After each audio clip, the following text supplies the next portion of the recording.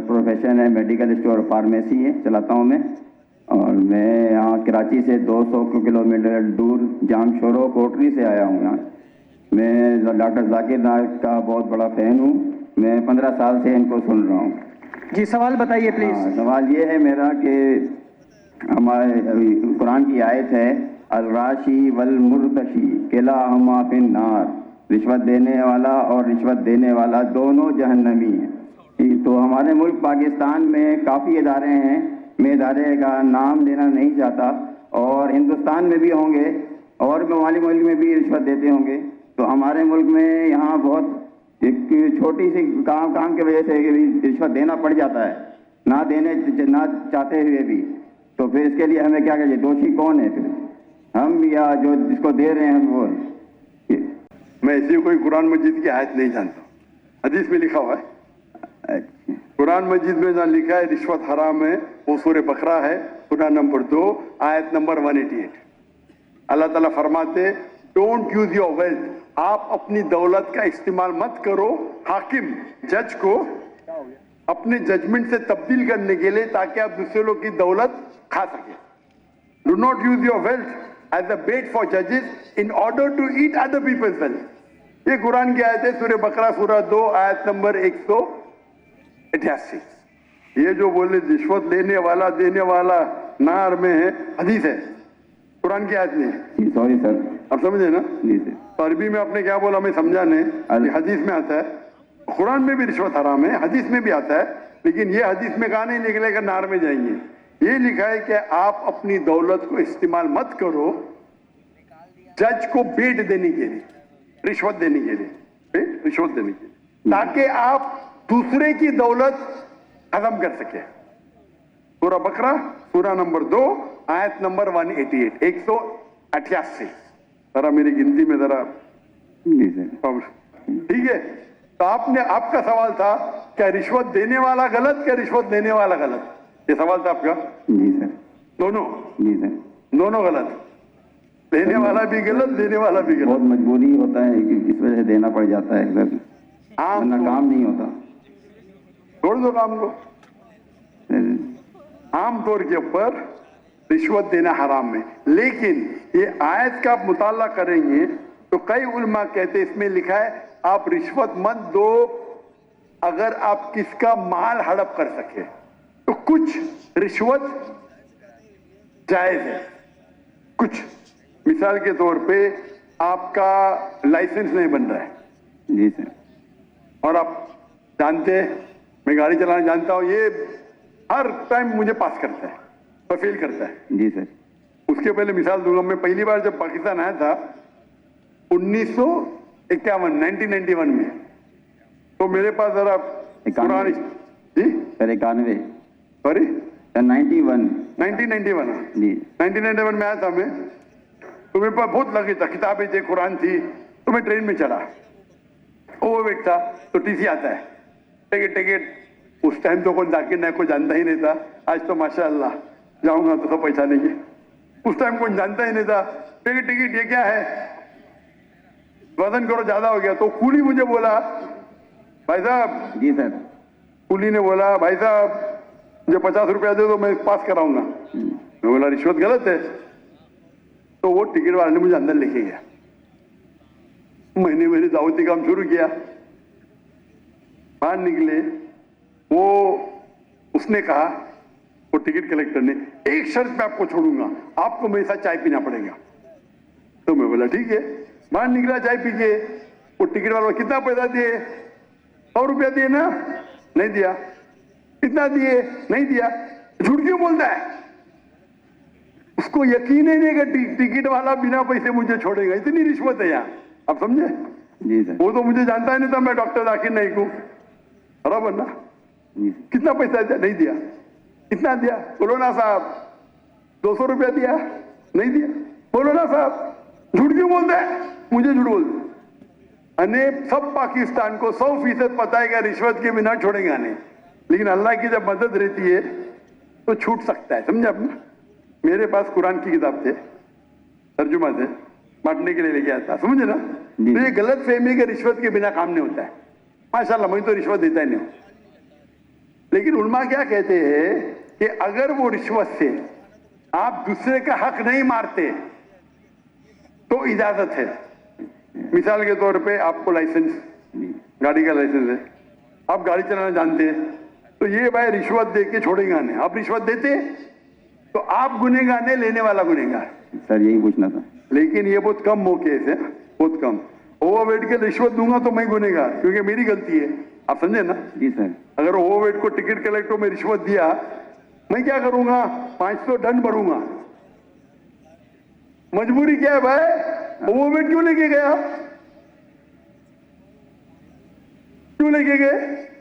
अभी आपको मिसाल दूंगा। मैं आ रहा था, हमारा 1000 किलो था। पीआई के मैंने सीईओ से बात किया, नाम नहीं लेता हूं। कौन? सीईओ, स्टेशन मैनेजर से, कंट्री मैनेजर से बात किया। डॉक्टर साहब आपके लिए कुछ भी करूंगा। मैं बोला ठीक है भाई। 6 लोग जा रहे थे। मैंने बोला भाई 500-600 किलो ज्यादा है। हाँ हाँ डरो मत, मुझे 50% डिस्काउंट दूंगा। मैं बोला भाई 50% डिस्काउंट के बदले में और 4 लोग को लेके आऊं, और सस्ता पड़ेगा ना। बोला देने के तो फ्री दे, मतलब मत दे। ठुकरा दिया मैंने। Pi Pakistan airline. अरे इंडियन में कोई भी गैर मुस्लिम मुझे देखेगा तो फ्री में छोड़ेगा। ये है इंडिया। गैर मुस्लिम डॉक्टर जाकिर नाइक को देखेगा, 1000 किलो 2000 किलो छोड़ देता है। ये पाकिस्तान है। गवर्नमेंट का गेस्ट हूं मैं, मेरे वीजा पे लिखा स्टेट गेस्ट, और आपका सीईओ पाकिस्तान का बोलता है 50% डिस्काउंट देगा। चार्ज कर रहे 110 रिंगेट 1 किलो का।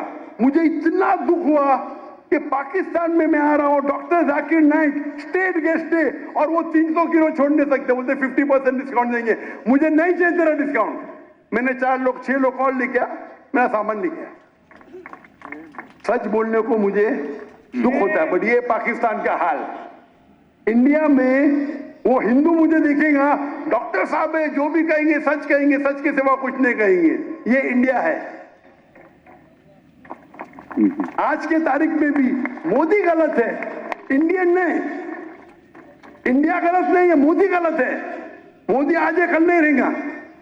जो इज्जत मुझे इंडिया में मिलती है, पाकिस्तान के लोग चाहते, मुझे ये कहता हूं मैं, चाहते पाकिस्तान के लोग मुझे। नारे तकबीर, जाकिर नाइक से रिश्ता क्या? ला इलाहा इल्लल्लाह। जब हम दावत करते हैं ना इंडिया में, हिंदू लोग मेरे पांव छूते। मैं बोले भाई गलत है भाई, हराम है। बोलते डॉक्टर जाकिर नाइक की बैग नहीं खोलेंगे हम। इतने जगह में इंडिया से घूमा, 50 लोग को लेके गया, कभी ओवरवेट दिया नहीं मैंने। हिंदू लोग बोलते भाई ये तो भाई भगवान का आदमी है, मैनेजर है मैनेजर। यहां तो मैं सीईओ से बात करता है, अरे डॉक्टर साहब मैं आपका फैन हूं। ये हाल है, ये हाल है हमारे देश का। एक स्टेट गेस्ट आ रहा है, शूटिंग करने के लिए सामान लेके आ रहा है। इतनी अफसोस की बात है। पैसा कुछ नहीं है भाई, अफसोस होता है कि ये हाल है हमारे देश का, पाकिस्तान का, जिसको मैं दिल से चाहता हूं। मैं अगर हिंदुस्तान की इज्जत किया वो सिर्फ मोदी की वजह से। जो मजा वहां आता है, और मजमा इससे बड़ा 10-10 लाख, वो 1 लाख बोला, गलत बोला, 10-10 लाख। और उर्दू में बात करने क्यों लगा मैं? मेरे बॉम्बे के पुलिस कमिश्नर बोलते जाकिर भाई, तुमको जाकिर भाई बोलते, एवरीवन लव्स यू, लेकिन मैं आपसे नाराज हूं। क्यों नाराज है भाई? आपका मैसेज आप हिंदी में देना चाहिए, उर्दू में क्यों? आपके चाहने वाले इतने, आप उर्दू में तकरीर करो तो मैं खुश होऊंगा। तो क्योंकि बंबई का हिंदू पुलिस कमिश्नर 2004 या 5 की बात है, मुझसे जबरदस्ती कर आप हिंदी में उर्दू में तकरीर करो तो मुसलमान और हिंदू सुधरेंगे। और फिर मैं शुरू किया तकरीर करने का उर्दू हिंदी में, एक हिंदू के बोलने से, उसकी मोहब्बत से। तो हिंदू और मुस्लिम में इतना अच्छा भाईचारा है इंडिया में। ये कुछ पॉलिटिशियन का प्रॉब्लम है, पॉलिटिशियन, ये पॉलिटिशियन लोग प्रॉब्लम करते हैं। तो मुझे मोदी से गिला शिकवा है, तो मोदी अगर गलत है तो इंडिया को क्यों गलत करे भाई? मोदी गलत है और इंशाल्लाह आगे रहेगा नहीं, इंशाअल्लाह। आप समझे ना। तो आप अगर देखेंगे कि वहां भी हम जितने बड़े प्रोग्राम हम बम्बई में कि दुनिया में किधर नहीं किए, और मोदी ने आके बन गया। हम बड़े बड़े कॉन्फ्रेंस किए माशाल्लाह। तो ये पॉलिटिक्स है, पॉलिटिक्स के करीब भी नहीं। तो जहां तक के रिश्वत का सवाल है, आपका अगर कोई चीज अटक गया जो हक है उसमें अगर रिश्वत देते, बहुत कम टाइम ऐसा होता है, और तो रिश्वत लेने वाला गलत, देने वाला को अल्लाह ताला इंशाअल्लाह माफ करेगा। मैं लेकिन वो भी नहीं मानता हूं। लेकिन अक्सर इंडिया में, पाकिस्तान में जानता नहीं हूं मैं, इंडिया में मैं कहता हूं क्या करप्शन है। आप जानते पाकिस्तान में शायद और है। कोई भी मुस्लिम अगर 2 लाख रुपए से ज्यादा कमाता है और धंधा करता है, 95% वो हराम करता है, रिश्वत देता है। आप समझ रहे? रिश्वत के बिना गाड़ी चलेगी ही नहीं। रियल एस्टेट के अंदर इंडिया में रिश्वत हो तो मेरे बहुत से धंधे माशाल्लाह, कोई भी धंधे में रिश्वत देता नहीं हूं मैं, कोई धंधा करता ही नहीं। क्या मजबूरी? रियल एस्टेट में रिश्वत, जो अक्सर धंधे में रिश्वत। हमारा मेडिकल प्रोफेशन था माशाल्लाह, उसमें भी रिश्वत है। अगर मैं रिश्वत दूंगा तो 5 गुना ज्यादा कमाऊंगा। अरे अल्लाह ताला झोली में डालता है तो क्या रिश्वत देना? पैसे की मोहब्बत ही क्या? तो अक्सर लेकिन जितने रिश्वत होते धंधे वाले, बिजनेस के, ये 95% हराम है। अगर आप बिजनेस में आपका लाइसेंस पास करते, आप दूसरे के लाइसेंस को रोक रहे, तो अक्सर जितने रिश्वत है वो हराम है। लेकिन अक्सर बिजनेस में, चाहे इंडिया में और पाकिस्तान में, हराम काम करने पड़ता है अक्सर। मेरा उसूल क्या है? अगर आप रिश्वत देके कमाते हैं 1 अरब रुपया, पूरा 1 अरब भी आप अगर डोनेशन में देंगे तो भी नेगेटिव में रहेंगे। रिश्वत देने का आपको नेगेटिव 1000 पॉइंट मिला, डोनेशन देने का प्लस 100 पॉइंट मिला, आप नेगेटिव 900 पॉइंट हो गए। इसीलिए अल्लाह ताला फरमाते हैं गरीब इंसान को जन्नत में जाना आसान है, अमीर इंसान की हिसाब किताब होगी। अभी मेरे बिजनेस में पार्टनर अल्लाह ताला, मेजर शेयर उनका है, तो मुझे फर्क ही नहीं पड़ता नुकसान या फायदा। अब समझ रहे? मेरा बिगेस्ट शेयर होल्डर अल्लाह सुब्हानहू ताला है, मुझे तो चैरिटी देने का है, तो अल्लाह ताला मेरी झोली में जाता, मैं लेक्चर भी करता, अल्लाह ताला यहां से पैसा देता, वहां से पैसा देता। लेकिन दावती काम के लिए बहुत पैसा लगता है, चाहने वाले बहुत है मेरे। लेकिन रिश्वत आमतौर पे देने वाला भी जहन्नम में, लेने वाला भी, अनलेस आप अपने हक के लिए अगर कोई रोक रहा है, अपने हक के लिए। क्या हो गया? व्हाट्सएप क्या हुआ है? सोए हुए थे कुछ लोग, सोए हुए थे। क्या? कुछ लोग सोए हुए थे, कुछ लोग सोए हुए थे। जब आपकी बात आई तो वो कुछ लोग सो रहे थे। सो रहे थे? फारूक सत्तार साहब। रिश्वत देने में अगर आप किसका हक मारते हो, अक्सर रिश्वत में हक मारते हो। मिसाल के तौर पे आप टेंडर दिए, टेंडर में कोई आपका क्लर्क आपको टेंडर के लिए, टेंडर का मैं अमाउंट बोलूंगा, आपको पैसा देता है, ये हराम है। या आपका लाइसेंस अटक गया, लाइसेंस पास करने के लिए आप कोई मिनिस्टर को पैसा देते हैं, हराम है। तो इसमें दोनों गलत, देने वाला लेने वाला। तो अक्सर रिश्वत में दोनों गलत होते, देने वाला लेना।